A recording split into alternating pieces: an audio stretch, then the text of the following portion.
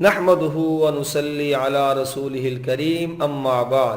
محترم سامعین، آج کی مجلس کا عنوان ہے نماز جنازہ کے بعد اجتماعی دعا کے متعلق اہل بدعت کی بزعم خود مضبوط دلیل کا جواب۔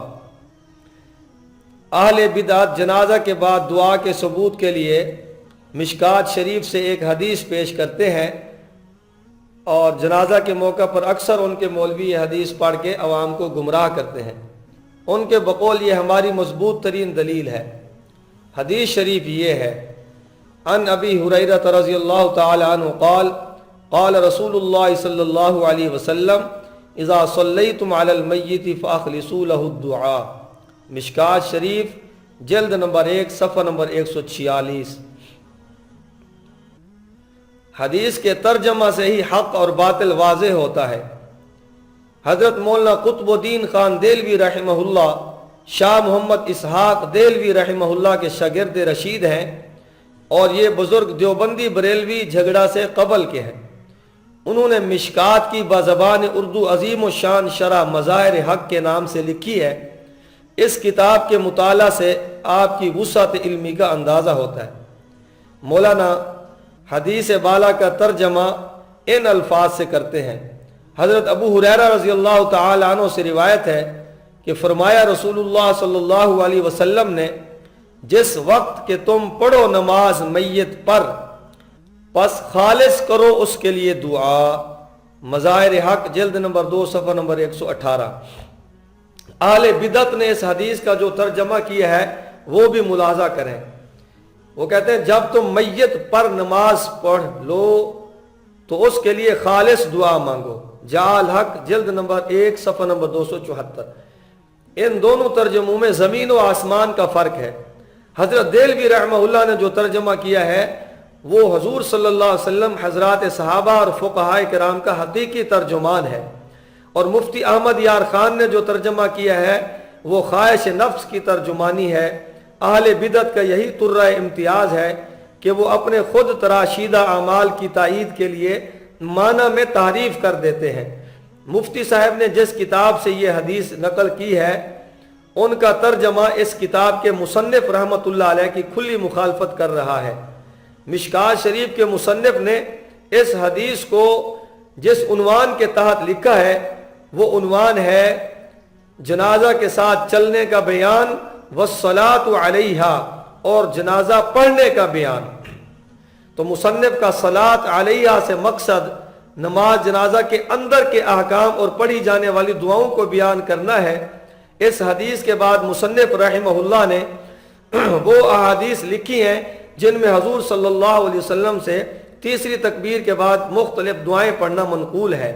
ان دعاؤں کے لکھنے سے پہلے صاحب مشکات نے حضور صلی اللہ علیہ وسلم کا ایک اصولی فرمان ان دعاؤں کے متعلق لکھا کہ جب تم جنازہ میں ان دعاؤں کو پڑھنے لگو تو نہایت خلوص سے دعا کیا کرو۔ اس اصولی حدیث اذا صلیتم کے فوراً بعد صاحب مشکات جو حدیث لائے ہیں وہ یہ ہے۔ حضرت ابو ہریرہ رضی اللہ تعالی عنہ راوی ہیں، کان رسول اللہ صلی اللہ علیہ وسلم اذا صلی علی الجنازہ قال اللہم اغفر لحینا۔ مشکات جلد نمبر 1 صفحہ نمبر 146۔ رسول اللہ صلی اللہ علیہ وسلم جب جنازہ پڑھتے تو دعا کرتے اللہم اغفر لحینا۔ صاحب مشکات اس انداز سے یہ بتانا چاہتے ہیں کہ اذا صلیتم کا تعلق تیسری تکبیر کے بعد پڑھی جانے والی دعا سے ہے، اس لیے اس دعا کے ذکر کرنے سے پہلے ضابطہ بیان کر دیا کہ ان دعاؤں کو خلوص کے ساتھ پڑھنا ہے۔ اگر مشکات شریف کے مصنف کے نزدیک آپ علیہ السلام کا یہ فرمان جنازہ کے بعد کی دعا کے متعلق ہوتا تو وہ باب الدعاء بعد صلاۃ الجنازہ کا عنوان قائم کر کے اس میں یہ حدیث لکھتے، نیز اس حدیث کے فوراً بعد وہ دعا نہ لکھتے جو تیسری تکبیر کے بعد پڑھی جاتی ہے، یعنی اللہم اغفر لحینا، بلکہ وہ حدیث لکھ دے جس میں آپ علیہ السلام سے جنازہ کے بعد ثابت شدہ دعا ہوتی کہ اس دعا کے لیے نبی علیہ السلام نے فرمایا ہے کہ اخلاص کے ساتھ دعا کرو۔ مشکات شریف کے اندر جو یہ حدیث ہے تو مشکات والے نے یہ حدیث ابو داود اور ابن ماجہ جو حدیث کی مشہور کتابیں ان سے لی ہے۔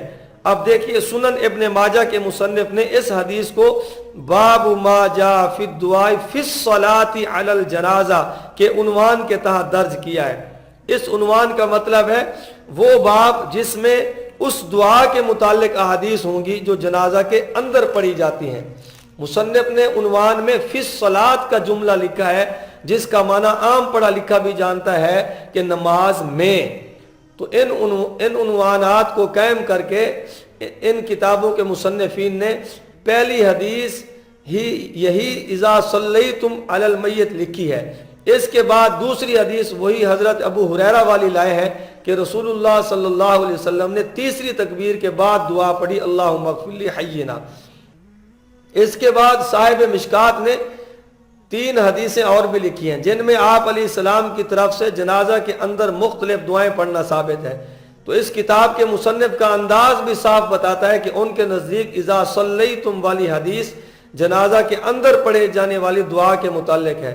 مفتی احمد یار خان نے اپنے مطلب کے لیے مشکات سے حدیث تو لے لی، لیکن صاحب مشکات جس مقصد کے لیے یہ حدیث لائے ہیں اس کی صریح مخالفت کر دی۔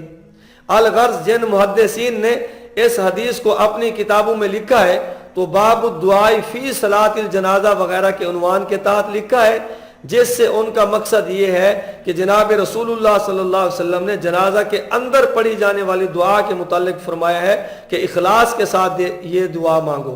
سنن ابن ماجہ کے مصنف نے اذا صلیتم والی حدیث کے بعد تیسرے نمبر پر ایک حدیث لائے ہیں جس میں حضرت صلی اللہ علیہ وسلم نے اپنے عمل سے یہ ثابت کر دیا ہے کہ یہ اخلاص نماز جنازہ کے اندر ہی مطلوب ہے۔ آپ صلی اللہ علیہ وسلم ایسے پرخلوص دل اور رقت امیز الفاظ سے جنازہ کی نماز پڑھایا کرتے تھے کہ زندہ صحابی آرزو کرتے تھے کہ کاش یہ جنازہ ہمارا ہوتا۔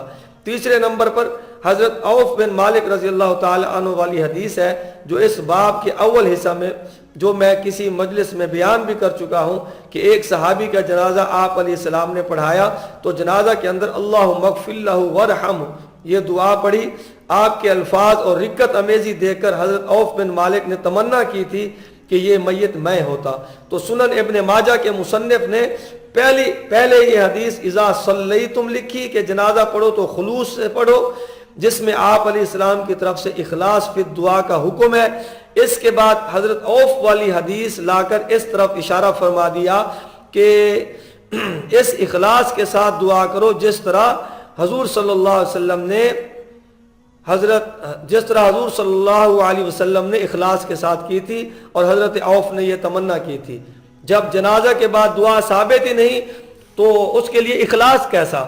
دعا جنازہ کے اندر ہوتی ہے تو اس کے لیے خلوص کا حکم دیا جا رہا ہے کہ تڑپ کر اور رقت امیزی سے دعا کرنا، توجہ ادھر ادھر بٹی ہوئی نہ ہو۔